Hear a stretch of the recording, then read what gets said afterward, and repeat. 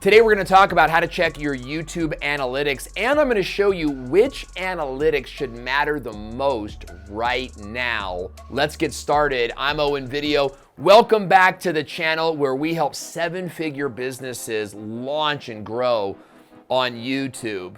And analytics are kind of like the redheaded stepchild of YouTube because we all like making videos, we all like getting views on videos, but then going into the numbers can be a little bit aggressive. And truly, YouTube gives you way more numbers than you need to effectively grow your channel. That's because you need different analytics for different videos at different phases in your growth. So I'm gonna walk you through an analytic process that will help you understand what numbers you should look at right now and what numbers will matter more in the future. Now, the first thing that you're gonna do is go over to YouTube on your desktop, click on your icon on the right-hand side and click YouTube Studio. When you do, you'll see a screen that looks like this.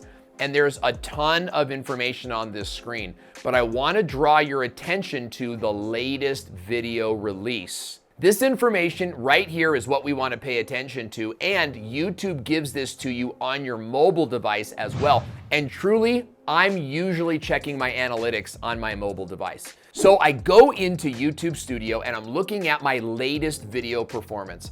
The first thing that I want to share with you is the 1 through 10. Notice how this video says it's ranking 6 out of 10. That means that of the last 10 videos published, this is performing at number 6. This is the first number you want to look at. When I tap on that number, I can see my top 10 most recent uploads, and I can see how this video is performing. Notice that it's 6.8 views, so it's only 100 views better than my number 7 video, and it's around 15,000 views from my number 1 video.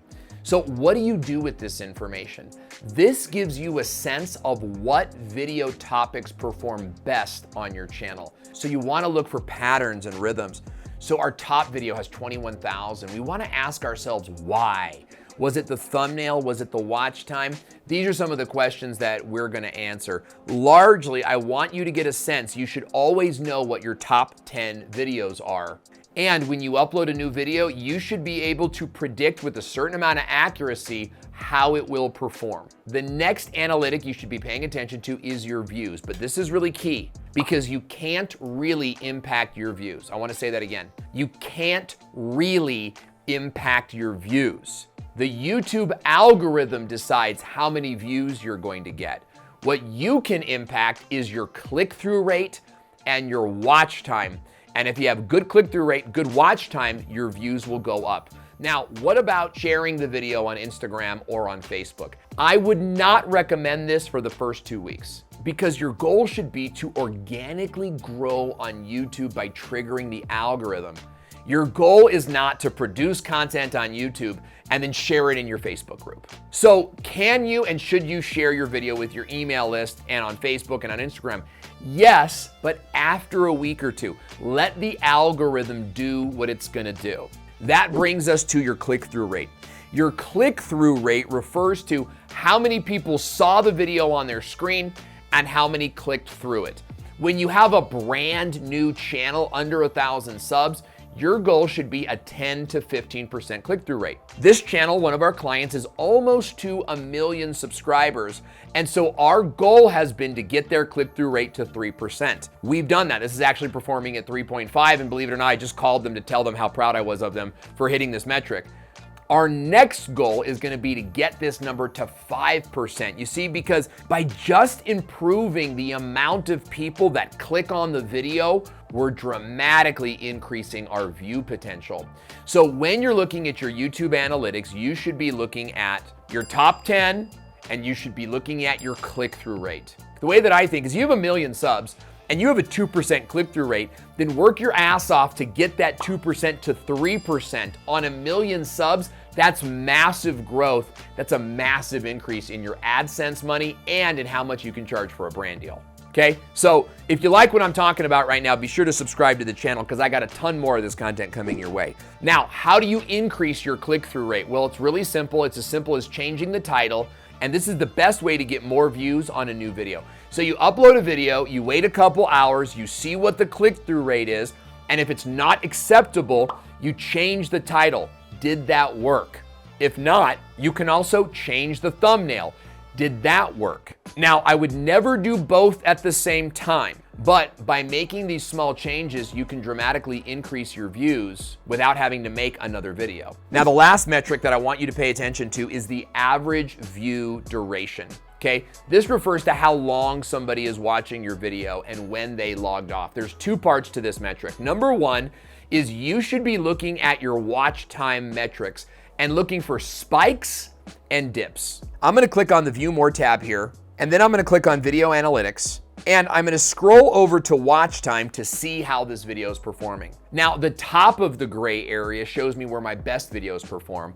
The bottom of the gray area shows me where my worst videos perform, and the blue line represents this video. So it's somewhere in between. But watch what happens when we view this on a desktop. On a desktop, you get a much more detailed look at how this video performed. We're looking at dips and spikes. A dip is where people skipped through or didn't watch. A spike is where they watched again or fast forwarded to. In general, you want to look at the spikes and recognize what's happening. Are you screen sharing? Are you being funny? Did you bring a girl on screen? What happened at that spike so that you can do more of that in your future videos? The other part is the dips. What happened at the dip? Was it in the middle of a long speech? Did the camera lens not change or the camera angle didn't change? Well, avoid those in your future videos and you'll avoid more dips. But the most important tip I can give you on watch time is this. If your watch time looks like this, where the first 30 seconds there's a huge dip and you're losing a ton of your viewers, you can impact this right away by using a hidden tool called the YouTube editor. It's on the left-hand side of your YouTube studio. You click that tab, and now you can trim out the part that everyone's skipping through and start your video right in the meat where people are actually watching. So if you're growing a YouTube channel, it's essential that you're in your analytics on a regular basis, understanding what's working and what's not working, and then knowing how you can adjust those things without disrupting the YouTube algorithm. So subscribe to my channel if you want to see more of these videos on how to grow using the YouTube platform. We make videos specifically for the businesses and the brands that are expanding their influence onto video. If you want to watch more, click the video that's on your screen now. I'm Owen, and I'll see you there.